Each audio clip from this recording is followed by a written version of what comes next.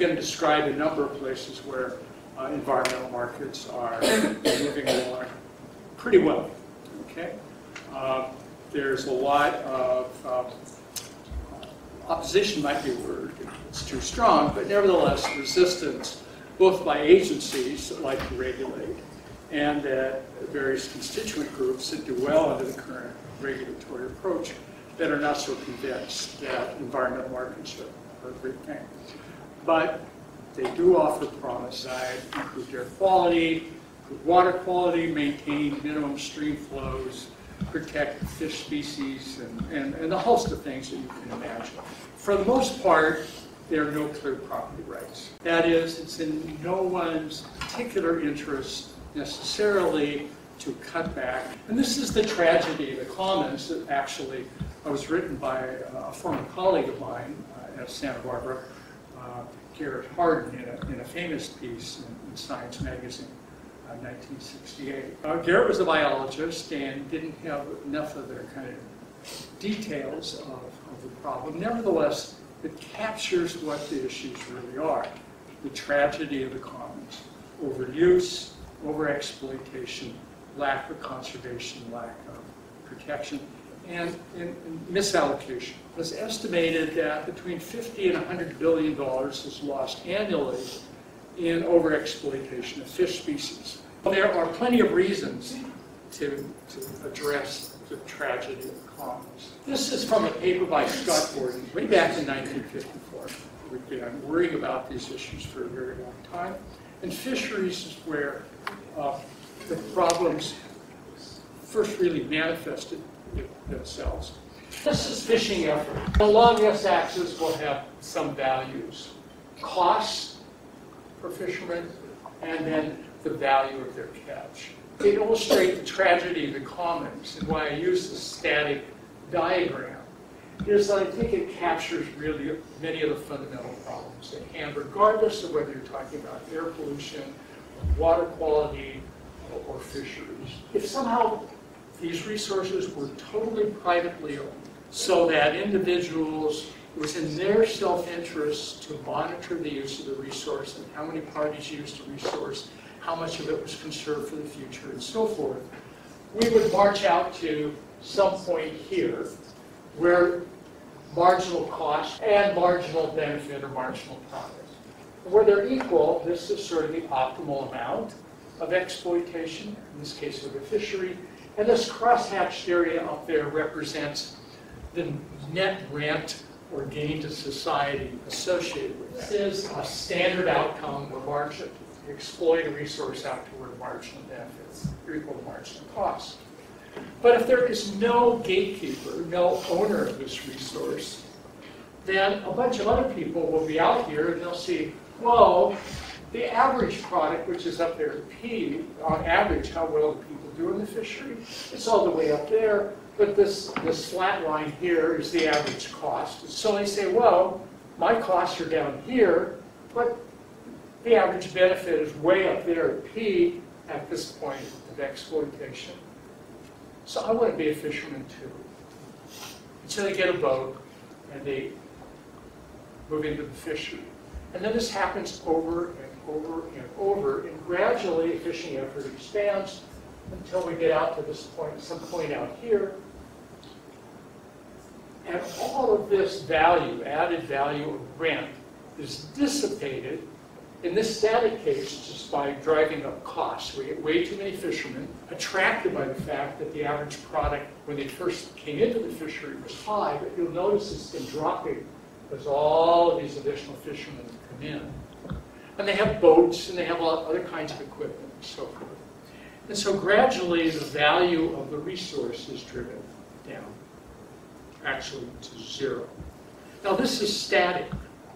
In a dynamic sense, we could look at what does this mean over time for conserving the stock of fish over time. Too many people are exploiting the stock is being driven down below replacement, and at some point the stock size begins to decline.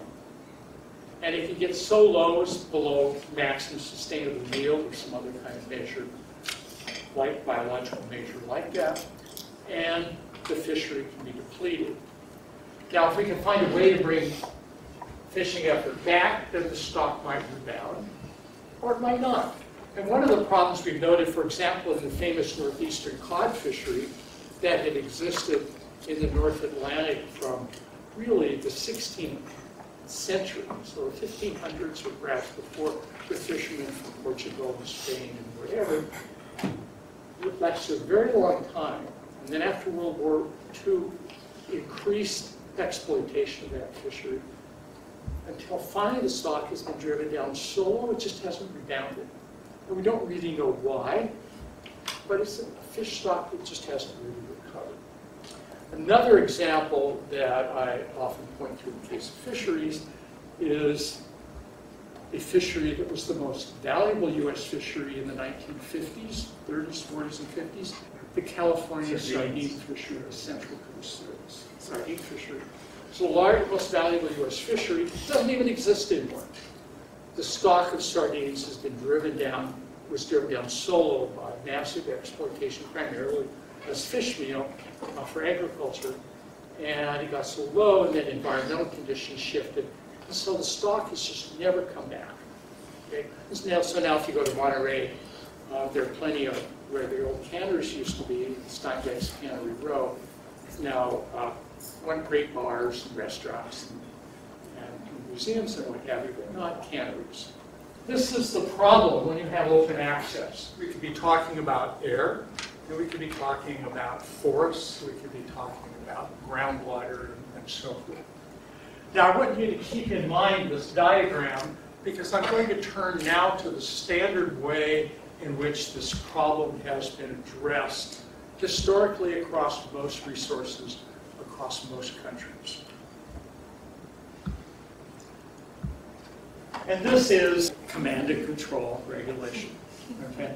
But basically, the notion is this. Regulators will somehow know what is the optimal fishing effort. So in fisheries especially, the regulations are effort controls. So they'll have seasons or caps on the size of vessels or what kinds of equipment you can use at any point in time and so forth.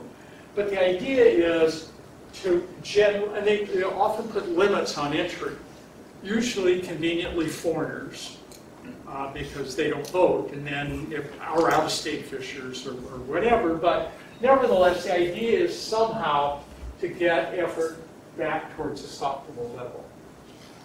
But the regulators are not the residual claimants. That is, they're not capturing that extra value that an owner would. So they don't necessarily have incentive to come back to the optimal level here. In fact, how will they know that what the optimal level will be, or how will they know that there's a problem? Now, in some cases, a collapse of a fishery is so self-evident that that everybody knows it's a problem, but then they don't quite know when intervention should have taken place. And usually that is from interest groups. And so various interest groups will lobby an agency or politicians to get them to take action. Interest group competition, interest group politics, regulators will get that information because they won't know it in Sacramento or in Columbia or Washington, D.C. or whatever. They have to get that from somebody, and so they'll get it from interest groups, and the interest groups necessarily are going to present information that is in their interest. But nevertheless, they will somehow try to restrict effort back towards here. A lot of people are not going to be happy with that, so you get political pushback and whatever. In the case of fisheries, we have some, this is the area that's been most studied. They usually resort to seasons, and in a case that I use in my class quite a bit, the Pacific Northwest halibut fishery, which involves the U.S. and Canada, the season went down to 6 days in the Canadian waters and about 4 days in American waters. That means all of the halibut that you could catch had to be caught in 6 days. And that was the regulation, the primary way in which the regulation emerged, was through constraints on seasons. So all halibut had to be caught then, and it had to be frozen, and then shipped as frozen fish throughout the year. Frozen halibut is not does not have the quality of fresh halibut. Moreover, it was a tournament competitive fishery, and you can imagine what it would look like when all the vessels were lined up waiting for that season to begin, and then they would rush out and their nets would get in the way, and vessels would collide, and there'd be accidents, and it was a mess. When they adopted an alternative that involves environmental markets, they actually moved the season back to about 260 days, and you could fish during that time period anytime you wanted, and it allowed fresh halibut to be provided to markets throughout that time period. This is a good thing. The stock rebounded, the number of vessels went down, the number of fishers declined. Some people are harmed. You don't hire as many fishermen. You don't need as many vessels. And all of those processors that froze halibut have far less demand for their activities. And so they lobby and push back. And so this provision of a public good to provide protection for a fish stock gets resistance from parties who actually are going to have to bear some costs. Another way, so this is command and control regulation, and this is the way primarily used everywhere. Another way that's closely aligned are Pigouvian taxes, which are named after Cecil Pigou from Cambridge University in the UK. And basically he said, hey, wait a minute, alternatively we could tax every fisherman in this case up to this point G up here. That would raise costs from C up to G, and you can see the elegance of it, just never used. Pigouvian taxes are far too transparent, and it's very hard to figure out exactly what that level should be. Command and control regulation, you have to constantly monitor, because it's in every fisherman, in this case, interest to fish more than the regulation, just like you're driving down the interstate and the speed limit is 65. And so what do you do? Well, you go 70, maybe you go 75, maybe you go 80. You sort of want to look out. So it's that kind of incentive structure that exists in this regulation. It's the individual user against, in this case, the state. Environmental markets offer an alternative. This is the standard solution. It's everywhere, all the time, unfortunately. It just isn't very effective, as I just described. And it's often very costly. With the regulation, then, we still haven't assigned a property right to the resource. So it is still individual users who are being restricted by government agencies.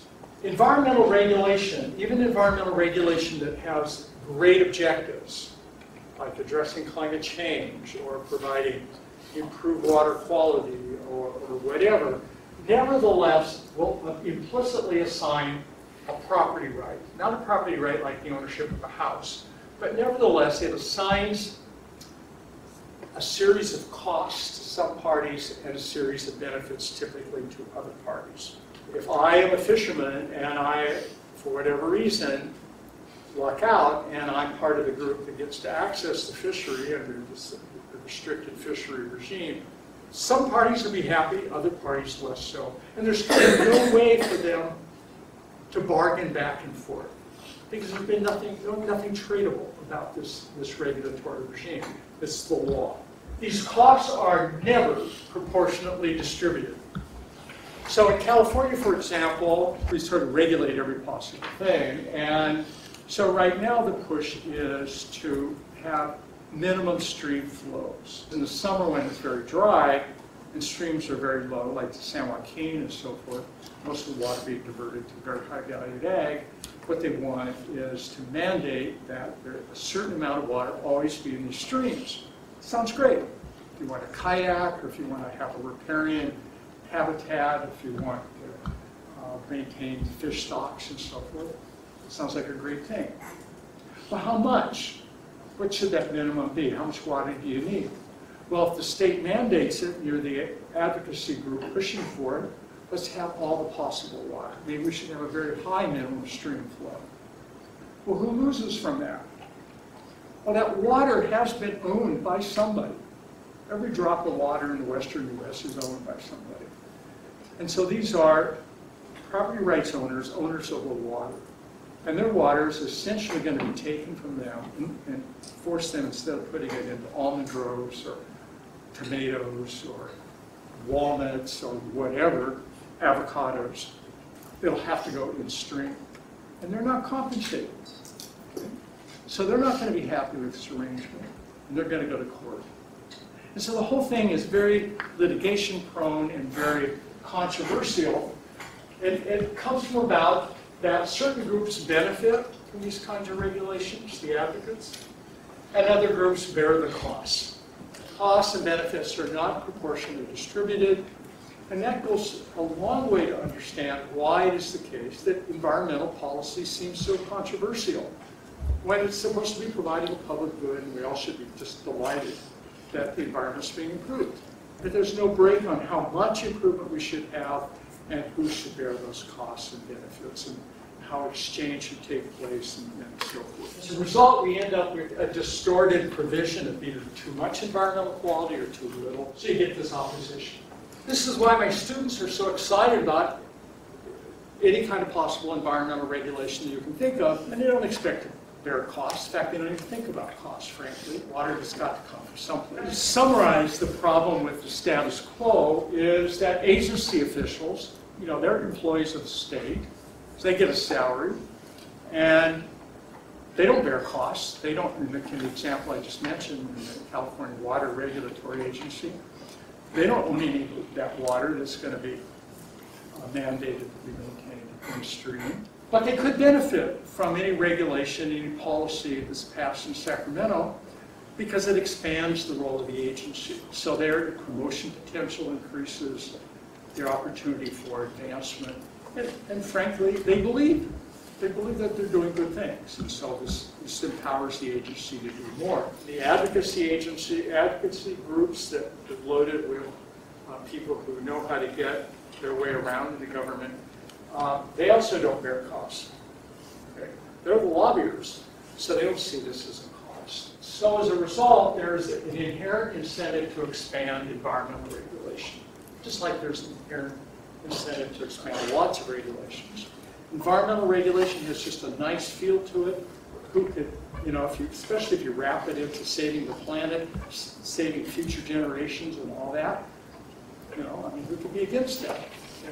But it's costly. And we need to find ways to incorporate those costs and also to get the right amount and have a more proportionate distribution of costs and benefits.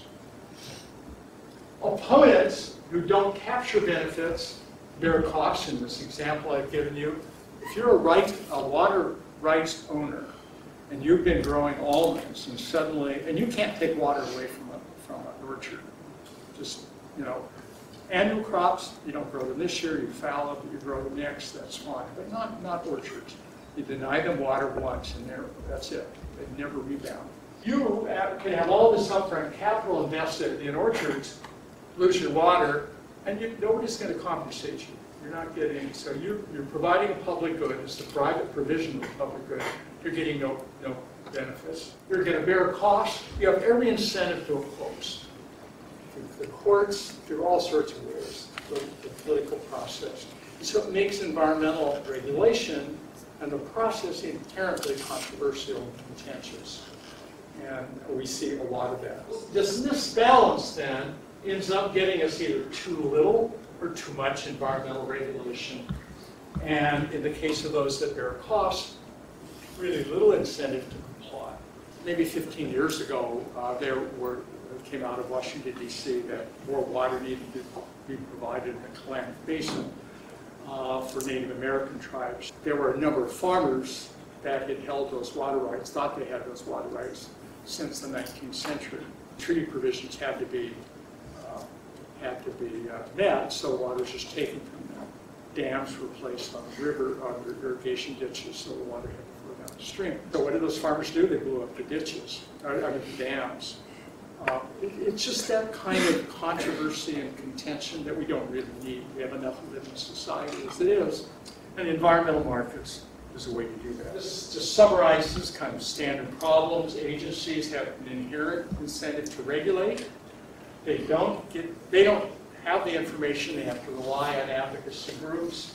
Then we get into interest group politics, which seems abhorrent to those who think that it's providing public good. How could this be interest group politics? Well, it has to be interest group politics. We get wasteful lobbying. Political regime can change, and then you can have this whole thing reallocated. It was provided only by the state. Regulations rescinded. If you want to have something durable, long-term, then let's make it a property right that you buy and sell. That's the environmental markets. And then it forces the parties to weigh, well, how much do I have to pay for this? And am I willing to pay for it? And then it's property. And then the political regimes can come and go, but its property is protected under the law. So where does the intellectual basis for this come from? Robert Coase won the Nobel Prize in 1991, and his paper, The Problem of Social Cost, laid out some pretty controversial issues. It's been claimed to be the most cited paper in economics. I wish I could say it's then the most influential paper in economics, but it's not. Most of my colleagues who are environmental economists make reference to Coase and so forth, but then move right on to standard approaches. So Coasean arguments haven't been incorporated as much as they might have, but they're getting more attention. He argued that regulatory solutions could actually be more costly than the value of the problem. So on net, you can make society worse off, saddling it with regulations that were so restrictive and so costly that the value of improved environmental quality or fish stocks or more forests or whatever is actually less than cost. Where this comes from is the standard approach that I mentioned to you before. That's the polluter pays argument. Now, it has all sorts of nice feel to it. If I pollute a stream or overfish, then I should be punished, right? I should have restrictions placed on my activity. I should be taxed if we're going to have a tax. I shouldn't have to bear costs. After all, I'm the polluter. And that has a nice ethical feel to it and so forth. It just turns out the wrong approach to environmental quality. Okay, because what you do, you demonize the polluter, and you immediately give them the incentive to fight back. And you, as the advocate for the improvement, bear no cost yourself, and so, as I mentioned, you get this mismatch. What Coase really emphasized in his discussion of bargaining over environmental quality was essentially that the potential for sometimes polluter pays, but also sometimes the beneficiary pays. That is, you're the beneficiary, you want something, you pay the polluter, not the polluter. It seems inherently unfair, but actually could get you where you need to be. So let me go back to my little example about in-stream flow maintenance in California. So they're going to mandate this. It just hasn't come out. Agricultural lobby is very powerful in California, but not as powerful as the environmental advocacy groups and the regulatory agency. And so at the end of the day, they're going to mandate a 30% minimum stream flow. Water has to be at least 30% of its high water mark at all times. And so that's water's got to come from someplace. All of those rights holders are just not going to like this. But you could imagine how undurable this is. So we had a 5-year drought in California. It was pretty scary. Last year was nice and wet. We don't know what the next year will be. But imagine if the state goes through with this mandate. And then we get into even more serious droughts. And suddenly people in Los Angeles, there are 18 million of them, aren't getting enough water. What if the Central Valley agriculture basically closes down? There's something like 8 to 9 million of the poorest people in the state working there, Hispanic farm workers. They're out of work. You can imagine it's just not stable politically.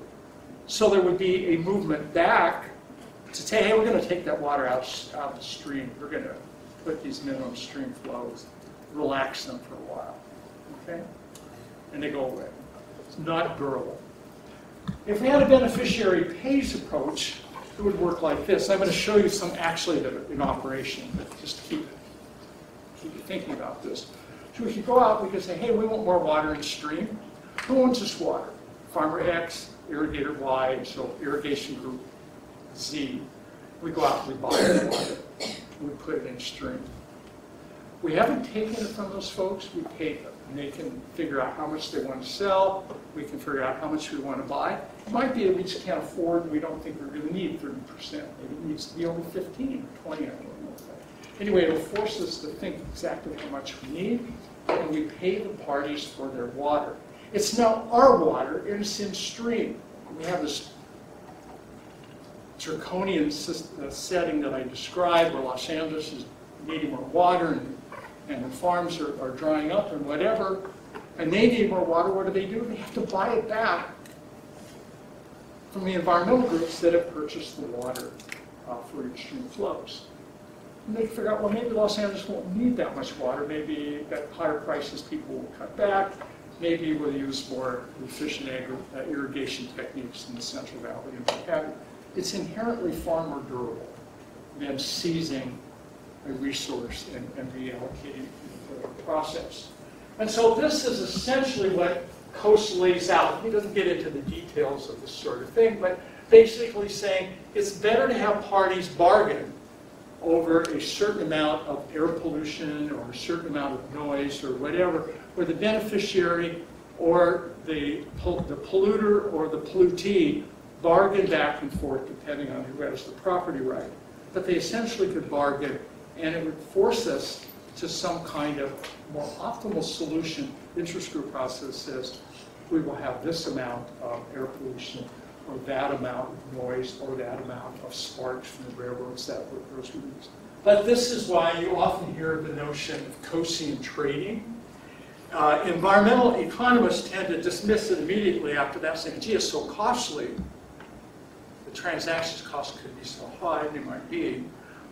But regulation is costly. It requires all sorts of lobby groups. I mean, that's why you go to Sacramento, probably like Columbia, I haven't been there in a while, certainly Washington, D.C. See all those buildings around the Capitol, around the legislature, they're lobby groups. The National Association of this or the State Association of that. That's very expensive, those resources are produced. How would environmental markets work? Well, one thing, we'd have to cap exploitation. So we cap the amount of fish we harvest at some level that we think is more sustainable. We cap the amount of groundwater that's being extracted from an aquifer or whatever. So we'll have to find a way to cap it, and I don't want to minimize that. And then we assign a property right to that cap. Now, in some cases, as in Western water, the water's already owned. So if we want to get more in-stream flows, we have a property right we can bargain for and buy. We assign a share, and so I might have 10% of the total allowable catch. You might have 10%, somebody else might have 5%, and so forth. And if those are fully tradable, and I'm the best fisherman out there, I can buy up a number of these shares, get enough to have kind of the optimal size of a vessel and the number of crew. A regulator hasn't told them they can't fish because they have too many fishermen. Instead, they've been compensated. And so it just changes the whole nature. But the important thing is, if I own a share, in the case of these kinds of resources, then I own a share not only of the total allowable catch this year, but next year and the year after. It's a durable catch share. And I can think of, gee, if this fishery rebounds and it becomes more valuable, I can participate in that. And that actually has turned out to be the case. In Iceland, in New Zealand, where they assign these catch shares, they're durable property rights, especially in New Zealand.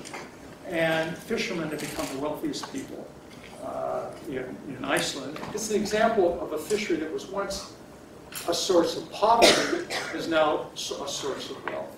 And it's all through, not the fact that we learn more about the fish stock, it's the fact that we changed the institutional arrangement towards these environmental markets. Now, assigning these shares is costly, because who's going to get these things? We grandfather them based on historical use, so historical catch, or in the case of air pollution, historical pollution. might bother you, but nevertheless we find a way to do it. Usually we grandfather them in, and then we step aside and allow for trading. Unfortunately, the state can't let this thing go. They often put restrictions on trading, and in the U.S. we have all sorts of restrictions on fish. This just changes the nature of the game. It changes the dynamic. It now makes people potentially residual claimants in the future, in a beneficial future, and they have incentives to provide it. It's not the case where the state has told them no, and they and everybody else will have to follow the rules without them necessarily being rewarded for any beneficial actions they take.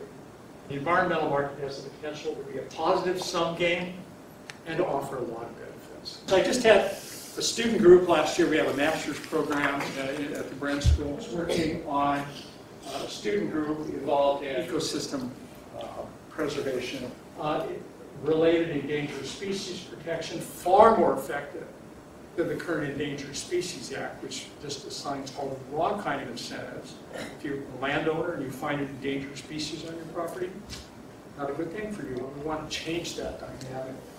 Water allocation, groundwater, stream flows, and fish stocks. All of these, we have environmental markets, either well-established or potential for them to expand. So let's talk about the greater sage-grouse. Anybody in here know about the greater sage-grouse? Worry about it at night? Well, I'm from Montana originally, and this is kind of where these things hang out. Their numbers have been falling, the habitat has been declining, and there are concerns that be wiped out, or at least the law controls have been placed on it. This is the light green is where they used to be, and the dark green is kind of where they're found, could be found now, at least is where their habitat is. So what my students had to do is they worked with a group called American Prairie up in this kind of central part of Montana to work on the development of an environmental market that actually would provide joint incentives among landowners and people concerned about the sage-grouse to actually protect in a way that wasn't so controversial. So this is the core area where these sage-grouse live, and this is their general habitat. And the problem is a lot of this general habitat is where a fair amount of new oil and gas development is taking place. And so the idea is if we can put a cap on any habitat destruction through expanded oil and gas development, at least on government lands, put a cap on that, and then pay parties, private parties, to actually improve quality and set aside habitat for the greater sage-grouse, and then sell that habitat credit, which I'll talk about in a moment, to the potential oil and gas developer. Then the oil and gas developer buys the credits, drills for oil and gas, and they've compensated the landowner. A lot of issues here about, well, if I set aside habitat here, is it as valuable as habitat down there, and so forth, and who will set this cap, and how will these things be distributed, and so forth. So there's a fair number of complexities here. But this is the idea. It's quite different from just saying, hey, no more development, we're going to protect the habitat in the state or greater sage-grouse. This is not going to be popular. This is a way of bringing landowners and giving them incentive by paying them, giving them incentive to set aside lands and protect them for habitat, and then have developers pay these people.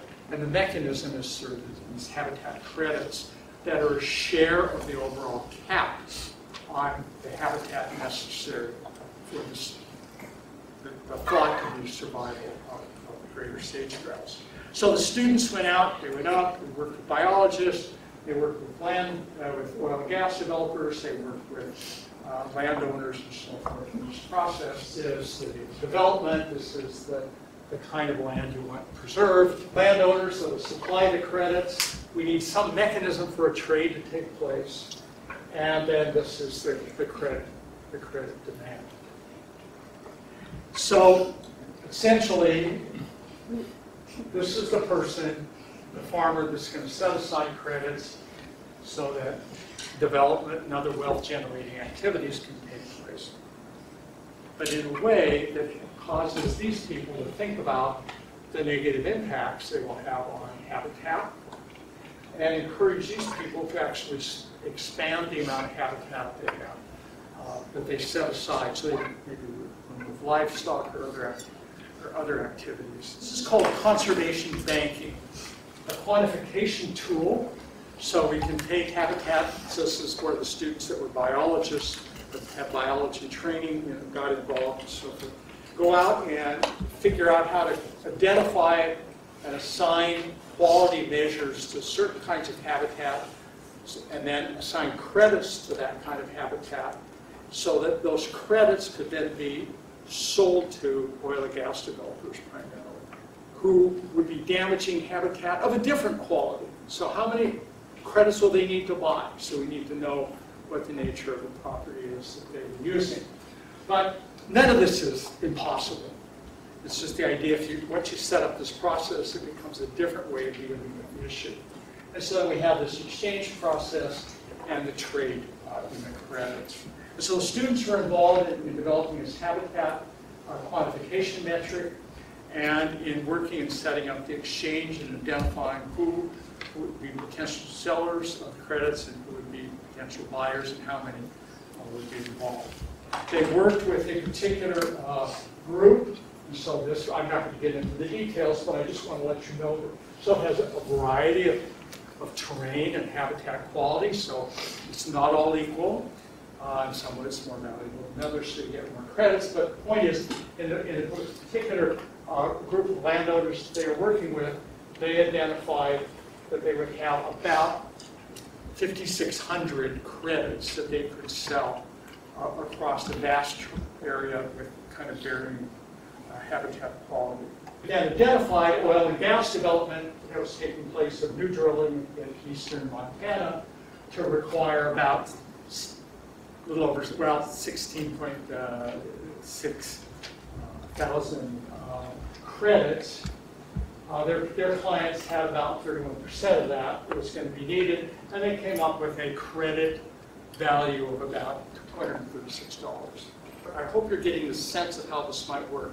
Our cap, shares in the cap that are based on credits, demanders of those shares who want to destroy habitat, but in so doing, you figure out how much habitat they destroy, they have to pay people to actually improve habitat, so you get an offsetting improvement in habitat. But all this is done privately through exchange. This is a market process, and the state, other than setting the cap, is just not involved. So it's quite different from command and control regulation. Conservation banks or habitat credit markets are developing all over the western U.S. that I'm the most familiar with. We have a variety of underway in California, and there are some in Wyoming, in Nevada, and so forth, for different kinds of species, for different kinds of objectives. Fisheries is probably where the action has been the most extensive. The good news is that 1980s and 1990s, countries actually have property rights to their exclusive economic zones of 200 miles roughly. So that at least gives, it's not open ocean, the states have some authority over, you see the US has extensive potential. This is just a map of EEZs, or exclusive economic zones worldwide. Under the new regime, the idea is in a particular fishery, you cap the total allowable harvest, and then you assign generally individual quotas based on historical catch. And so better fishermen, if these things are tradable, buy out the fishermen that aren't as capable. You get a reduction in the number of fishermen, because that's what you have to have. That's what a tragedy of the commons is. Too many fishermen, too many boats. And so through this market process, you buy out, so they're compensated, the parties that can get less value out of the fishery, more boats removed. And as a consequence, then we tend to move towards a more sustainable level of exploitation in the fishery. Now, these can be really complicated if there's multi-species fisheries, which there often are, and so forth. But in general, where these have been put into place, they've had just dramatic improvements. The fish stock has rebounded, the value created in the fishery has rebounded. And so that's why fisheries are the best example of environmental markets. Some 24 nations have them. About 24 or 25% of the value of the global catch. And there's been general movement towards adopting more of these across the world. Now, they're not the same every place. And I wish I could say the U.S. was a leader, but we're not. We assign these ITQs, but we've got all sorts of restrictions. We want to keep communities alive, so we can only trade within communities. And it's fully understandable from a political point of view. It just seems unlikely that you can avoid the economics, that over the long haul, these small fishing villages are not going to be able to compete with Seattle. That's the western U.S. I don't know about here, in the South Atlantic in the U.S., how this would work out. We put a lot of restrictions on the trade of these ITQs. Even with restrictions on trade, we now have owners of the right to fish rather than, so they have an incentive to protect the fishery. It's not just them against the state. They're now part of the solution, not just the problem. So we get all of these, and there have been a number of studies now just demonstrating empirically the added value of this scheme. Nevertheless, there's pushback, and I just mentioned the U.S. is not on the forefront here.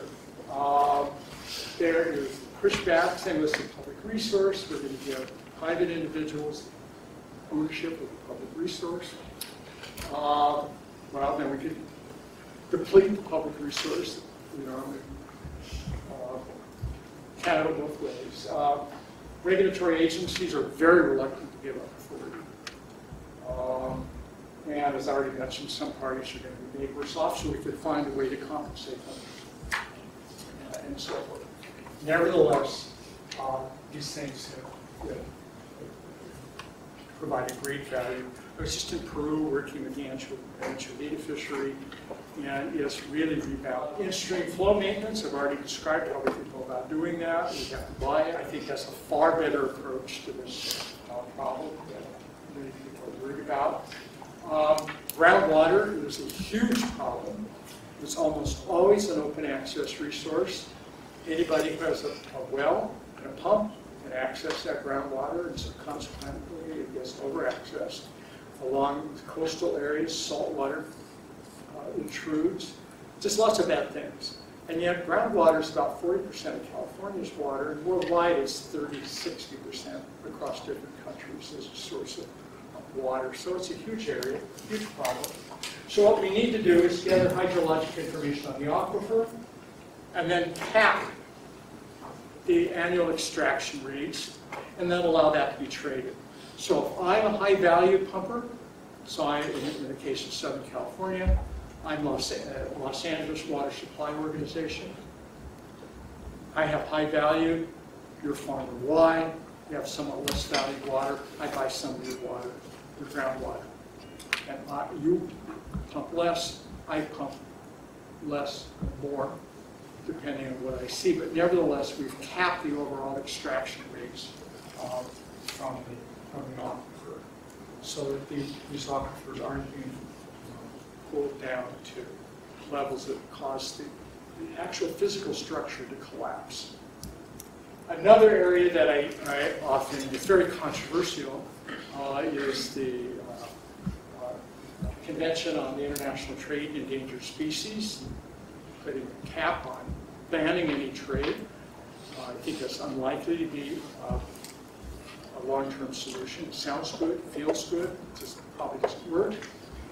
And the reason is that parties that have to actually deal with elephants and rhinoceroses aren't compensated, and then where there are too few of them, they're not compensated for saving them, because they also require, they compete for grass and other habitat. In conclusion, environmental markets offer a great possibility for changing the way in which we think about and approach environmental problems. We take it from a primary role of the state to tell us how much we can use to provide environmental quality and protect the resource, having this more decided on an individual basis and the allocation across the parties involved. And so you make the individual users part of the solution, not the sole source of the problem. Those parties also have incentive to generate information because they're the ones that know the resource the best. And so it just changes the whole nature of the relationship. And it's often beneficiary pays. The parties that want a certain environmental quality in a certain way pay the parties that are now damaging the environment. This will generally lead to a better sense of the right amount of the environmental quality being provided because advocates actually consider now how much it costs. Whereas if it's perfectly free, then why not demand infinite amounts? It's sort of what we do under the Endangered Species Act now. But it'll better allow us to benefits and costs, so we'll be back more towards that first static diagram that I described, the marginal benefits and the marginal costs. We'll rely on local user information. And in the end of the day, we'll have more environmental quality, less controversy, it'll be less costly, and it'll be more durable. So environmental markets aren't going to replace every environmental regulation, but they offer a lot of potential improvements across a lot of resources, and they can be adopted worldwide.